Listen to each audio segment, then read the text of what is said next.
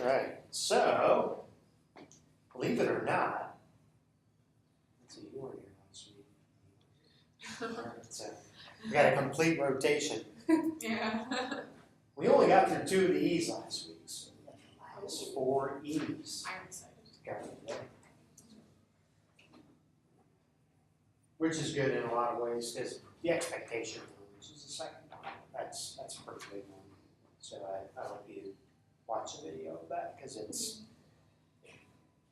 I really think setting expectations gets a lot of legwork done, and people understand where you're coming from. It helps you build on things, because you've got the foundational piece, which is a really good thing to have, rather than just coming in and just be reacting to everything day to day. All right, so the third E is emotional intelligence. Have either of you ever heard that term? I don't think since we talked about it last time. Yeah, it's a fairly new thing, and by new I mean within the last 15, 20 years. It's a fairly new area of study. There's some people that say it's not backed by a lot of science. To tell you the truth, it really doesn't bother me, because after I tell you what the components of it are, I think you'll see it makes a lot of sense. It seems to me a very common sense approach to how you react to things and how you use intelligence, because we probably have all experienced situations where either A, people think they're smart intellectually and they're not, or maybe sometimes you've heard their friends are too smart for their own good. They can't relate to people. They can't. They're just they work on their own. They don't treat others well because others aren't perceived as smart as they are. So emotional intelligence is very much a way that you control your emotions and the way you act and react to other things and other people.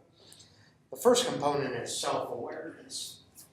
So as I give you these components, I want you to write down on a scale of 1 to 5, 5 being the best, 1 being the worst, how you feel. And we just got started. So we're talking about the third E, which is emotional intelligence. So on a scale of 1 to 5, rank how you are in the self-awareness category. So that's knowing your strengths, your weaknesses, how people perceive you, how you react to things. Okay. The second one is self-regulation, which is a fancy way of saying you control your temper. Do you ever get excited? How do you control your emotions? So that's the second one, 1 through 5. Third one is social skill. So in this context, and I'm not talking about friends per se, but in the work environment, think about how skilled you are socially interacting with your coworkers, your supervisors, and the people that you lead. The fourth one is empathy. Empathy, anyone remember what the definition of that is? Relate well to other people. Yeah, you're relating and you can understand pretty well what other people are going through. And the last one is motivation, and that's internal motivation. So what's your level with that? So just go around, and Ian, you'll probably just have to guess it verbally. Yeah. Out of those 5, what did you think you're the best at? Self-awareness. Self-awareness. Why did you think that? I tend to understand myself better than other people. Okay. So I always know my intentions, I think, and I'm not very good at knowing other people's intentions. I tend to be focused on what's going on with me. Okay. And what did you have as your one that needs the most improvement? Social skills. Okay. Kind of Yeah. what you just said, right? So trying to understand other people's perspectives, understand, just engaging more in communication, that kind of thing. So, what did you For my best one, I put empathy. have? Everything? Okay. I feel like I understand like other people's emotions better than probably my own. on sometimes, Okay. and like better like helping like them deal with like that I think sometimes I am doing it for myself. What about you, Ian? My highest, I guess I'd say motivation maybe, Okay. Yeah, I and can see my that. lowest probably self-worth. Self-awareness. Now, the motivation one, I speak to that a little bit because I can see that, but what does that mean to you? Why did you? I don't know, I just feel like I try hard in everything. Yeah. Okay. And then you said self-awareness. Yeah. What makes you think that? I just don't really think about like my own thoughts at all, I guess. Okay. Very much. Okay. Yeah. Okay. Good. So, after hearing those five, do you see how those could be important? Because I bet in your mind, as you're seeing the list, you probably know someone who's really great at each one of those, and you probably know someone that I've seen that before. And as a leader, I can see why, because they don't do that well, it harms their leadership potential. So I think it's a great thing that, again, just from an awareness standpoint, to be aware of. There's a lot of things you can do with that. There's a lot of ways that you can help develop that. So the self-awareness piece, again, I think again, when you can think back, going into the expectation piece and just thinking about what your standards are, what your role is with the team, what you're good at, the areas that you need others to help you in because you're not as good. Very, very important. The self-regulation. We probably have all had times. I've never seen you mad though, but I bet you've had times where you just lost your temper and it negatively impacted people, and you just, I wish I could have had that back. And sometimes you say, I should have been madder, because everyone's just kind of, it's not a big deal, it's okay. So there's a self-regulation piece, and it's a very interesting thing. In one of these basketball coaches' books I read, this coach was called Mr. Equilibrium. And it was an interesting phrase because he felt that he was such a driver of his team's emotions. So when the team was doing really well, he was harder on them because he didn't want them to get cocky. He wanted them to keep understanding that they had to continue to try and get better, continue to do things well. So when they were up, not that he was down, but he was really pushing harder.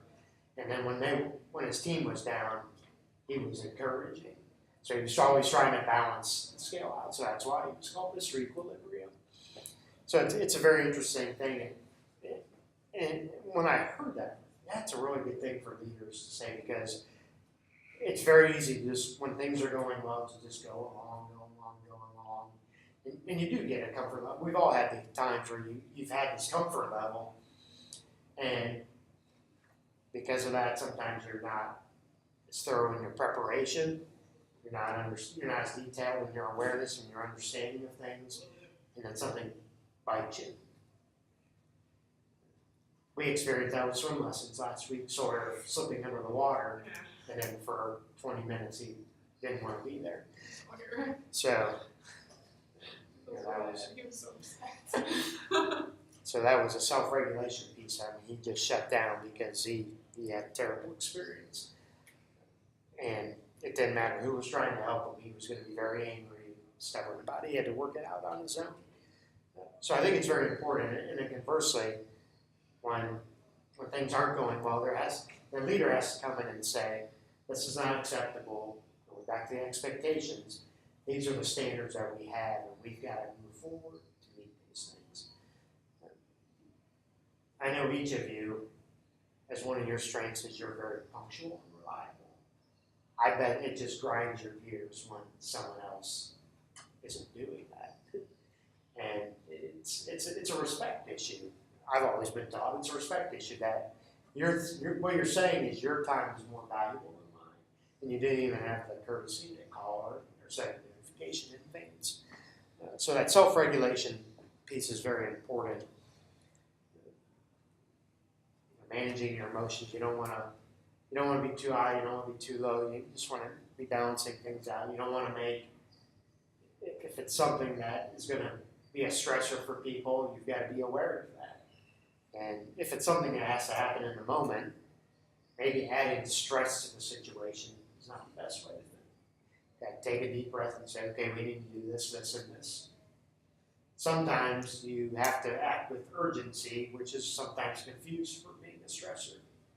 Someone's in a hurry, they're in a rush, they're trying to taking care of things. These are all things leaders have to balance, and you have to go back and have the feedback with it. The social skill thing, just being able to relate to teams, whether you're, going back to the self-awareness component, is find your strength and keep hammering away using that. I'm much better talking in groups of 3 than groups of 50 because I like to have the interaction, the engagement. So I try and do this a lot more than groups of 50 or 100 people. So that's an awareness that I have with my social skill. Empathy. People like to have leaders that are understanding at some level. They don't have to, but again, it's a balancing act. If Ian 5 times in a row says, my grandma died, I'm not going to be at work today, you start wondering at some point, how many grandmothers does Ian have? Right? Yeah, I've heard this excuse 5 times. What's going on here? But yet, you hear it once and you want to do everything you can for that person. Ian, just let me know what responsibilities do you have, Ian? I'll take care of it. You come back when you're ready. So, having a certain level of empathy is very much appreciated because there's a saying that people are either in a crisis, they're about to go into a crisis, or they're just coming out of a crisis. I mean, that's just life. There's things that happen in life that are hard.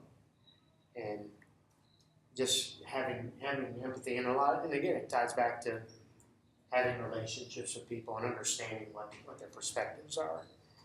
And then the last one is motivation. You all have very high levels of motivation. I bet you all have pretty high scores with that because that's in fact one of the reasons you're here. You take pride in your work.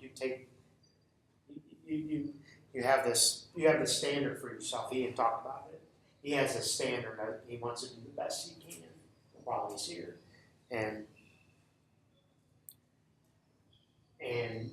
a lot of that motivation is trying to model that for other people and share your pride and share your energy, sharing your enthusiasm. That helps people come along with you. I don't know about you, but if I ever worked for a leader that just was showing up, didn't really care what happened, didn't say anything good, didn't say anything bad, they were just kind of there, I don't know if I'd want to work for that person. I'd want to work for someone that is giving me feedback both ways, but they're always trying to strive to be better. They're always asking questions. They're always wanting to go to the next step, go to the next step, go to the next step. So those are the 5 components of emotional intelligence. The 4th one, and this is what I call the heart of it all, in terms of being a leader, is execution. Because the bottom line with jobs is you can talk about them, you can plan, but at some point someone's got to do the work, right? It just has to happen. If people aren't taking action, you can have the neatest mission statement in the world up on your wall, but if people are just not doing anything, it doesn't mean anything. It's just a sign. It's just a piece of paper. But execution is the heart of it. And as leaders, one of the ways that you'll be measured is you need to get results through people, because and you're doing it already in each of your roles. you're making a shift from being a doer to being a leader. Now, you're still doing a lot, but you're making that shift a little bit. So you got to develop the ways to get people to work with you and get things accomplished that you want. Because it's the heart of it all, it just is. There's a lot of systems that you're going to continue to develop through your career. One that I really like, the acronym is PLAN. And when you hear about the components of it, you'll see it's very tied into 6E. The P stands for purpose. I really believe people want to know why you're asking them to do something.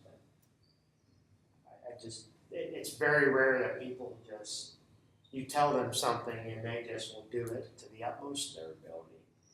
And I'm not sure I want people to understand why at the reception desk we scan cards. It's not just an exercise in movement. It's to validate memberships. It's to be that first point of contact. It's to record participation counts that we have every day, every hour, every half hour. But there's a lot of components to collecting that data. That's our step with it. So letting people know what the purpose is a really important thing. Have any of you ever experienced being asked to do something and wondered why? You have to help people understand how it fits into the big picture. That's what a leader's role, and it goes back into expectations. Sometimes, to your point, in your mind, you're aware of the big picture. You're understanding it.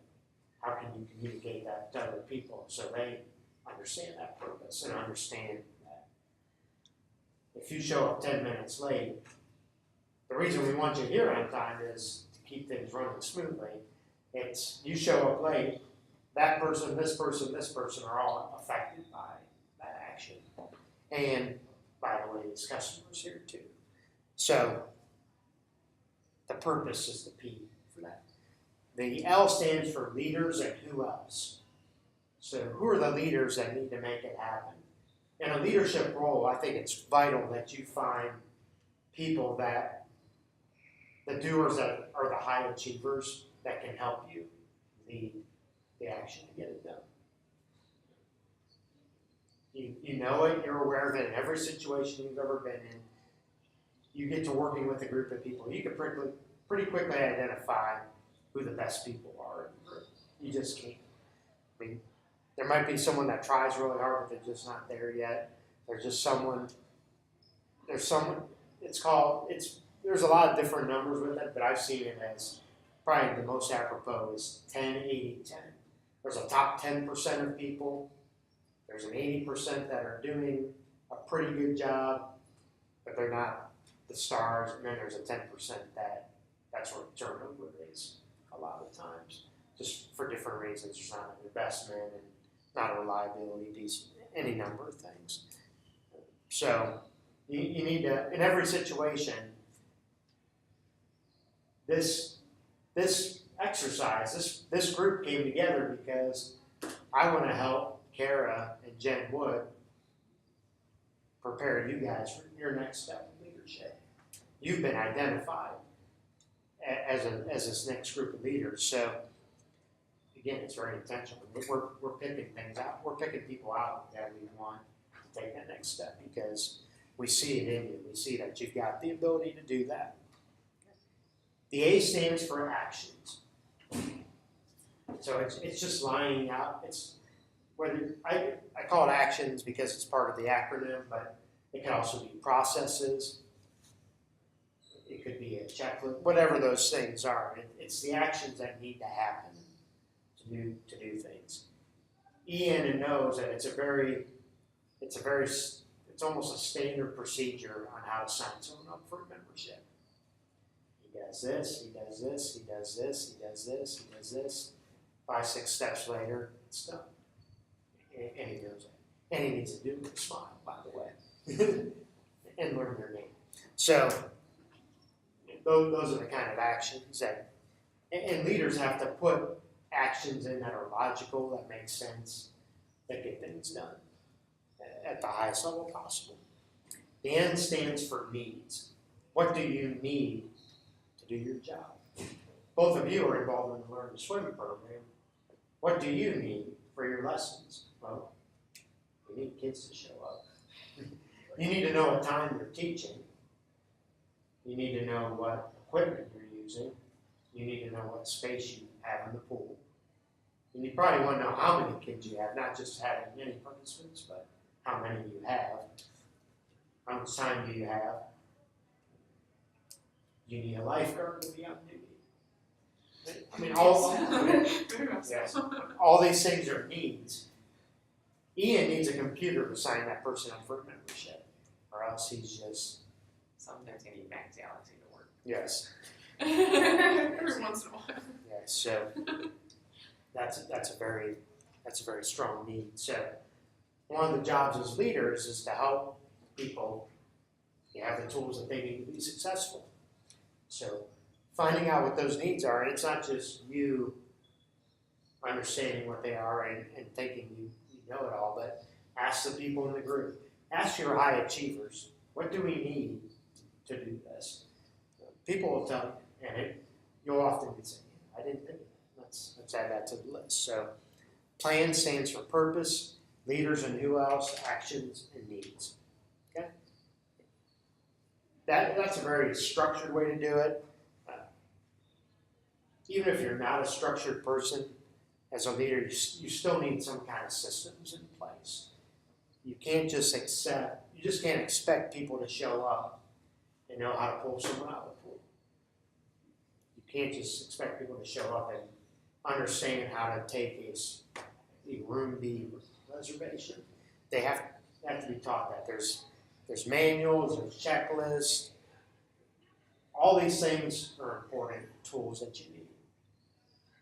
So whether you use plan, other systems, other checklists, other forms, you know what they are, or if not, you need to find out what you need to develop to manage it. And that often involves asking, again, the people in your group. But they're just tools. I think the best leaders, this is one of my favorite leadership phrases of all time, is inspect what you expect. Inspect what you expect. Because I may expect Ian to sign up people for memberships, but do I ever check to see if Ian's doing it right? And if he does it wrong, am I telling him what he did wrong? If he ever does, when he does it right, do I tell him that he did it right? People need feedback. Think about your own situations. It's very rare for people to just not want any feedback at all. People want to know when they're doing it well. They probably don't want to hear all the time when they're not doing something right, but that's an important part of leadership too, because if you're not consistent with that, if you're not addressing the correction part of it, people see that and you lose credibility as a leader. Then you ever had a leadership experience where you had a leader that just wasn't consistent with discipline?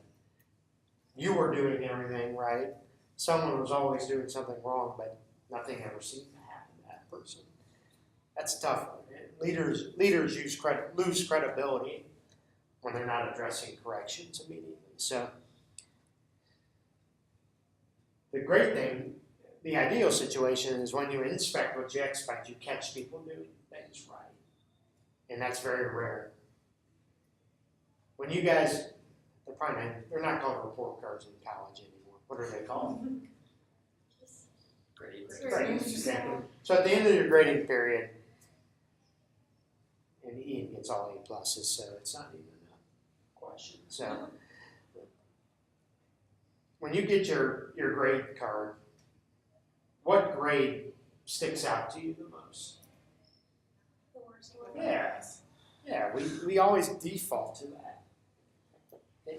And I just wish when I was a kid, when I was always getting C's in math, why didn't my parents say, why didn't I say, but you love American history, you get A's in it all the time. I can really see you love history. No, you need to do better in math, you need to do better in math, or you won't get into a good college. I'm still not good at math. So, I mean, that's our default, is a lot of people just go, whoa, I screwed up, I did something wrong. Catching people doing things right, there's great power in that. So when you can catch people right, thank you, I really appreciate that. You made a great impact on the customer. You really helped things go smoothly that day. And then the last part of the inspection, and it kind of goes back to everything I just said, is you have to have checks and balances with your systems. So I've had to go both ways where I micromanage situations. It didn't turn out the way I wanted it to go, and people were mad about it because they were basically told what to do every step of the way. I've had the opposite, where I just let people do whatever they wanted, and it didn't go the way I expected. So there's checks and balances that need to happen, and you're going to experience both of those at some point in your leadership journey as you just start. You thought you had it, you told everyone what they need to do, and it's still bombed, and people are mad at you for a lot of different things. The opposite, you gave a lot of freedom, a lot of leeway. You didn't really check on what was going on. You didn't ask enough questions, and it bombed. Both things happen all the time. Okay? So the execution one, again, is really the heart of it. So you're spending a lot of time on the expectation side so people understand that purpose. They understand where you're coming from. But the execution part is really, that's where the work gets done. Okay? Empowerment. At some point, just as you were identified in your roles as being the high-achieving doers, when you're in that doing role, you wanted more responsibility. And it goes back to that motivation piece. You wanted to do a good job, and you wanted to get the reward of more responsibility. And what you'll find is that top 10%, and probably even that top 80%, if you can supply some motivation and recognition, catch them doing right, you can pull people up to that level where they want to do more, and they want to be trusted with more responsibility. Leaders cannot do everything themselves. They have to empower people to be successful. And again, that's one of the purposes that you're here today. You're here for this group, is just developing an understanding of leadership and how you can start using tools to help other people. So, like everything else in leadership, there's a lot of balance. Okay? When someone doesn't know how to do something, whose fault is it? If you're the leader and someone in your group doesn't know how to do something, whose fault is it? Yeah, and there's a lot of different answers to it. So, what I like to focus on is, rather than blame, sometimes blame is a correction thing if it's seen as a repeated pattern. But going back to one of my core values is being solution-centered. It's what I feel in 90% of cases, blame's a little bit like manure. You have to spread it around, or it stinks. Love the farm analogies, don't you, Ian? So, if you don't spread it around, it gets piled on one person, and that person smells. And the reality is, that it was a trick question, because it's yours. It's everyone's. They're all right. So, what you hopefully can do, going back to that expectations piece, is create a culture of people understanding that we expect you to take responsibility in knowing your job. Again, you go back to checklists, and the execution phase is, if I've checked you off on this, and I'm periodically evaluating, which is the next one, I expect you to know it. But I also expect, if you've got a struggle, that you ask the questions. It's leadership responsibility if they're not inspecting what they expect, if they're not providing that feedback, if they're not aware of where the gaps are. Okay, so there's a lot of different answers to that question. That's why it's really hard to blame one particular. Sometimes that happens. One person dropped the ball and that's it. But by and large, if I'm asking Ian to do something and he doesn't do it, well, when did I check in with him last? Did I check in? Did I come up to him 2 months ago and say, Ian, 2 months from now I want you to do this? And I never had another discussion with him about it. And then, okay, it's April, Ian. It's April 20th. Did you get it done? Probably not. Yeah. Again, the blame you can spread. So, any of you ever have a leader that nothing was ever their fault? Did that person have credibility, or did they lose credibility when they acted that way? Yeah. So, leaders have to take responsibility. I can tell you there's numerous times in my career where Doug Curry's come to me and said, this is awful, we're screwed up, it cannot happen again, fix it. Some of those cases I was directly responsible. Some of those cases I had nothing to do with it. Some of those cases I had some role in it. My response has always been, I'll take care of it. Because he's trusted me with that. Because I screwed that up one time when I was a youngster. I said, well, it wasn't my responsibility. And he looked at me and said, it is your responsibility. Okay. Mess and proceed. And I would challenge you to think the same way, that if it's happening in any area that you have eyeballs on at all, even if you're not there at that moment, it is your responsibility. People come up to me all the time and say, there's problems in the locker room. Okay, I'll look into it and take care of it. Yeah. I don't operate thermostats and heating systems in the building, but you know what? I have to find a way to take care of it, period. It's just the way it is. So, people need to understand it from an empowerment piece, that you've got their back. There's a credibility and trust there. Knowing learning styles is very important, and you develop that over the course of your team over time. Sarah and Leah and Ian, I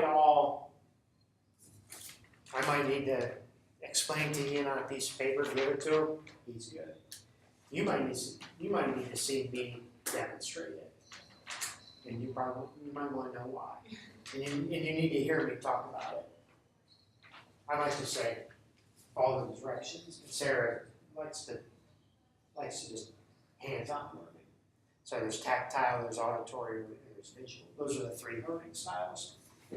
So there's usually people are strongest with 2 of those 3. Maybe it's auditory and visual. Maybe some of it's visual, tactile, and if it's Ian and he's tactile and he's visual, I could give this to him. I could have the most beautiful PowerPoint presentation going step by step, and he's not even paying attention to it. He's just working on it because that's what he learns. So you have to have an understanding of that piece. But trust people, give them the tools, and sometimes you let people fail. And it's not intentional, but you don't condemn them for it. Sometimes people fail, and it's not a bad thing. Okay, we screwed up, we'll fix it. How do we do better next time? Shoulder the blame, take the credit. So a great way to get credibility as a leader is give credit to others when they do a great job for you. So if that same customer that complained about the shower temperature one day, the next day it says, thank you for getting that taken care of. You're welcome, but I didn't do it. The staff took care of it, so and so. They found what the problem was. It's fixed. Let me know if it happens again. Share the blame. Leaders should be secure enough in their positions that, in their mindset anyway, that they don't have to be glory hogs. They don't have to take credit for things.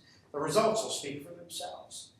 Leadership results are what gives leaders credit. They don't need to be proclaiming, I did this, I did this, I did this, we did this, or so-and-so did this on my team. Build others up, and that's how you gain credibility. Okay?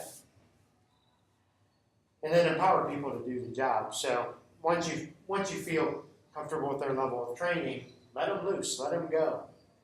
Provide the feedback, inspect what you expect, but let them go. They may have a different approach that you say, oh gosh, I wouldn't do it that way. But it might be effective, and that's people operating in their comfort zones, and let them go with that. Okay? So, let's see how logical my model is. So we've got energy as the first E, expectations, emotional intelligence, execution, and empowerment. What do you think the last E might be? Evaluation. Yeah, I've said that. I said that a couple times. We're gonna go to that. So you have to evaluate things.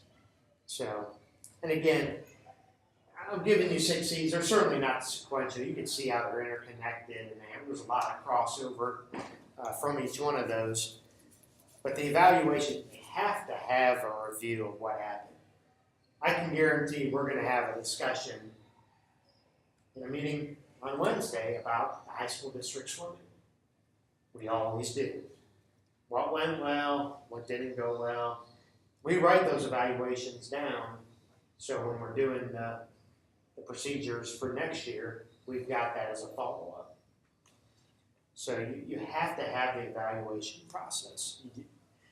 People need that feedback, the customers need that feedback, staff need to have the feedback, because how do you know what you're doing, or how well you're doing it if you don't have that? Maybe you can assume that, well, we offered this program, I taught it, we're offering it again, I guess it's okay. Because we're offering it again, we didn't scrap it, we didn't get rid of it. Or vice versa. I taught this program last time, we're scrapping it, I have no idea why. We had a lot of participation, what's going on here? So you have to have that after action review, it's a very important thing. And it could be reflecting on a lot of different things. You could be reviewing your processes. You could be reviewing your training.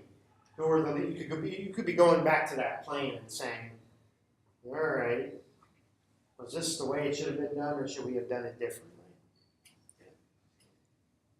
In business, looking at profit and loss statements is a very real thing, P&Ls. It could have been the best thing in the world, and customers loved it, but if you lost money on it, you really didn't want to, that might not be a good situation. Now, in business, there's a term called loss leaders. Sometimes you lose money on a service intentionally because it's going to attract people to other businesses or the services that you offer. But by and large, you expect these little programs to be self-sufficient, and if they're not, you have to really take a look at that. A reflection time. Something, again, going back to coaching, something that we always told parents is, if you're upset about something with the way I'm dealing with your child athlete, the time not to do it is come up after a game. Emotions are high. And a lot of times it's like that with a particular event. Emotions are high, and sometimes leaders just need to take a step back and say, I appreciate your concerns, write them down for me, let's have some time to think about it, we'll circle back in a day or two and talk about it. While the heat of the moment sometimes is good, if it's a situation you have to deal with right then and there, you have no chance to defer it. In fact, it's bad as a leader if they're not willing to make a decision to handle something on the spot. But by golly, if you have a chance to reflect on it, take a breath, gather your thoughts, the conversation is going to be a lot more productive. So we don't have to have a discussion about district swimming because we don't have it for another year. So we don't need to meet 10 minutes after it happened and and just hear people say, well, this happened, this happened, this happened, this happened. We don't need to address it other than say, I recognize that, let's write it down, we'll talk about it. We'll talk about it when everyone's calmed down. So if you can have that reflection time, it's a pretty good thing to do. Some people call it journaling, some people call it blogging, some people just call it writing thoughts down. Whatever it is, if you can do those things as a leader, it's very important because you're going to have these situations that pop up again. It's going to be, what I always talk to staff about is you're adding to your data bank of experiences. So something happens, and it might not be for 3 years, but I remember 3 years ago, something very similar happened. How did we handle that? Was it good? Was it bad? So when you write things down, you just remember, and the more your brain just works that way. So that's why when we do these event reviews, we're writing down our evaluation pieces on the document. So for next year, we're bringing it up again because sometimes memories get bad. Sometimes they get revised. Sometimes you forget things. So it's nice to have documentation whenever you can for those kind of things. But do the evaluation. Again, you've got the systems that you've developed for the execution piece. The time to deploy them is, a lot of cases, the evaluation piece. The doers at the time have their own things that their checklists, their systems that they're doing to run something. At the evaluation time, that's where you're pulling out your checklists and your systems to make sure everything's operating smoothly. Okay? So, how do you feel about it? Is it good? Okay. What do you think will be your greatest asset as a leader, Ian? And your biggest challenge?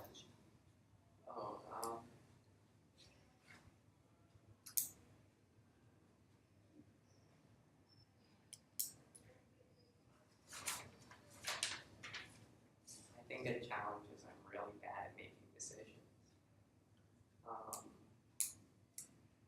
Asset. I'd say I'd go with the motivation thing. So, what I'd advise you to do is observe both those things. So, observe other leaders that in your mind are very motivated at a similar level that you are, and understand, just study their interactions, see how the people respond to them. And, like, what was your challenge? Decision making. Observe that. Observe why people are making decisions, and play devil's advocate from time to time. If Kara makes a decision, not in the heat of the moment, but say, Kara, help me understand why you think that way. Or when you've got your lead staff person that you work with, who's your Angus. Yeah. So ask Angus, well, tell me a little bit more. How did you arrive at this?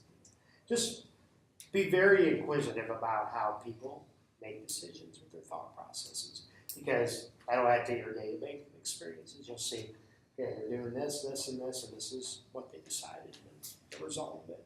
So that's good that you've got that self-awareness part of that. But and I think that's the answer. Just be observant of those kind of things. Yeah. I'm gonna go with empathy again for the biggest strength, and then weakness is probably execution, because I tend to just second guess myself on everything. Okay. Yeah. In what way do you Just second guess? like if John asked me to do something like teching or something, I'll start doing it and I'll be like, but is that exactly right? Like, I'll just have to go back and ask again.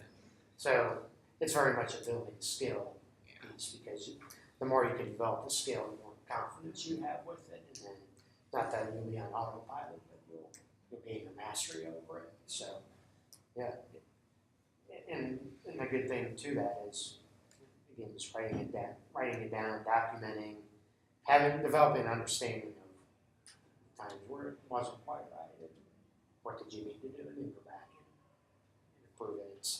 You can't build things in a day. It's building block. How do you think you'll use the empathy one?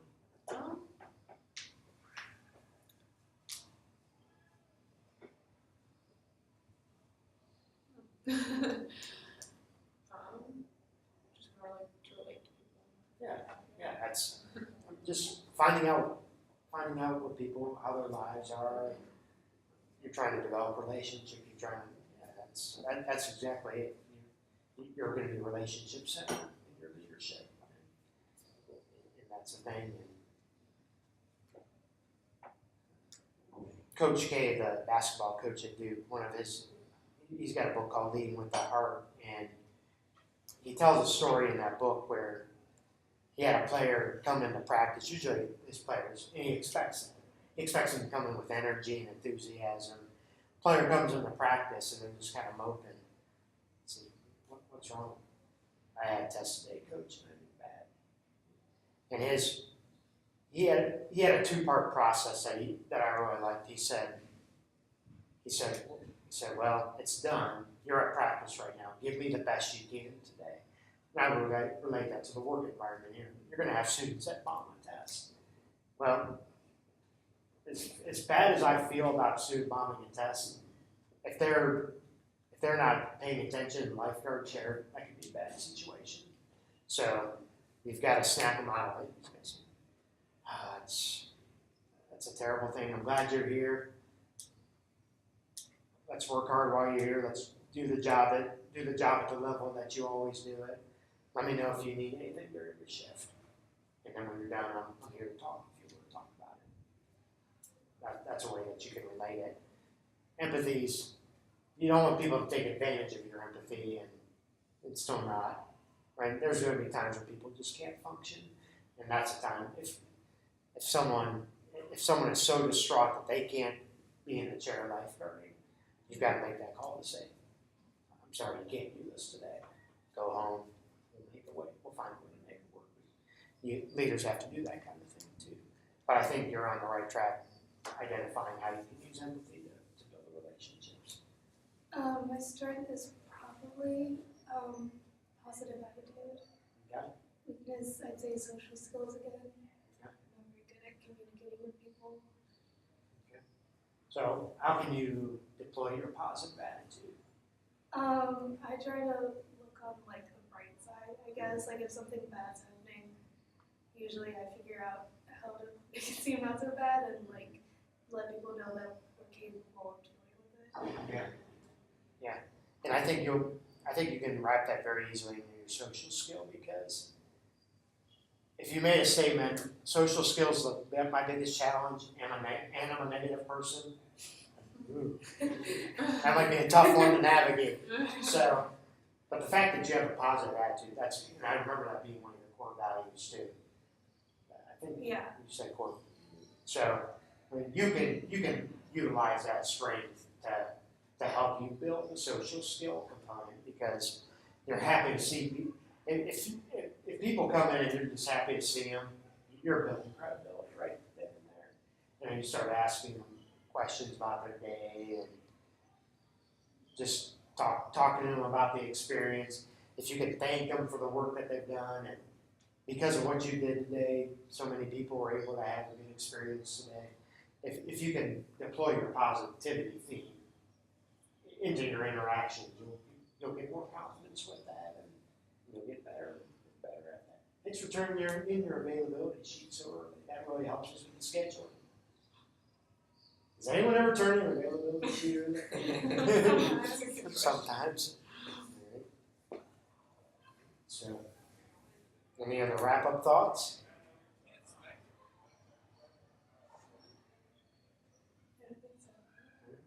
I want to thank you for doing this, devoting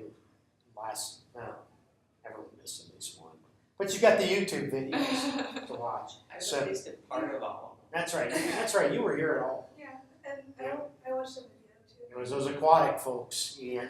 They're all batting 667 instead of 1,000. So, but I really appreciate it. Again, I want to stress that we do see you as future leaders, and you're already making those steps, but we really see you on that path, and that's why you were here. And if I could be a resource in any way to you, I would do that. But if that doesn't happen, I I still feel confident that you've been empowered in some way to go back to Kara, go back to Jenwood in your respective teams and start taking more ownership and more leadership role in helping those folks out, because we rely on students, as you know, an awful lot. We could not do what we do without the students, and it's a good thing. It's a good experience for you. You're going to be doing things. You've already done things, but you're going to be doing even more things that you can talk about in job interviews for that coveted internship or that coveted job that you're applying for. You're getting a good reservoir of experiences that are really going to help you. And these are going to be things that set you apart when you're in those interviews. People are going to say, Sarah Bird, not only is she a positive person, but boy, the skills that she's got, the experiences, she's someone we need. So I appreciate the time. I really do. Thank you for coming. Thank you. Yeah. And I'll send the video to you. And you'll have that forever and ever, as long as there's a YouTube.